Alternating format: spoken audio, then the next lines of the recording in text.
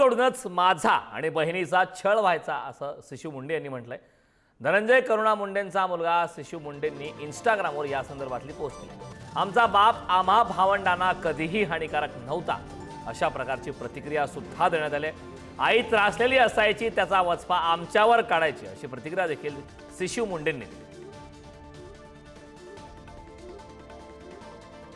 सिशू मुंडे यांनी या संदर्भातली इंस्टाग्रामवर पोस्ट करत माहिती दिलेली आहे। खरं तर करुणा धनंजय मुंडे यांच्या संदर्भातला महत्त्वाचा निकाल आज देण्यात आला आणि त्यानंतर आता सिशू मुंडेंची ही पोस्ट व्हायरल होते।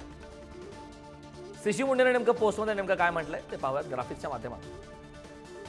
मी सिशू धनंजय मुंडे, मला आता बोलणे भाग आहे कारण माध्यमांनी आमच्या कुटुंबाला मनोरंजनाचा विषय बनवून टाकलाय।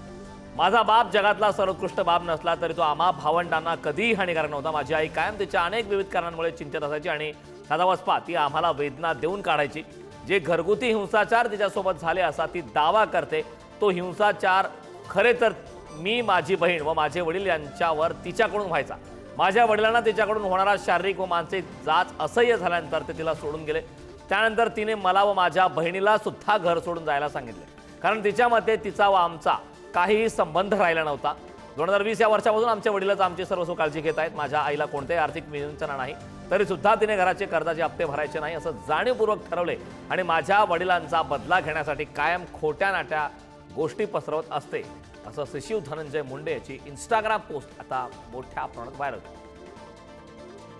कोण आहेत करुणा शर्मा ते बाबत ग्राफिक्सच्या माध्यमातून। करुणा शर्मा मूळच्या मध्य प्रदेशातील इंदूरच्या आहेत।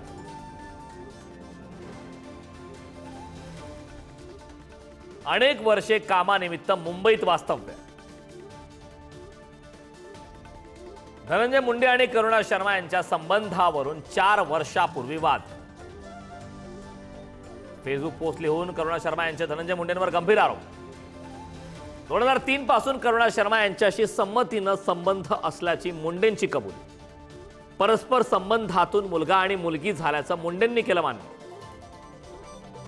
ही बाप, कुटुंबीय, पत्नी आणि मित्रांना अवगत धनंजय मुंडेंची कबुली।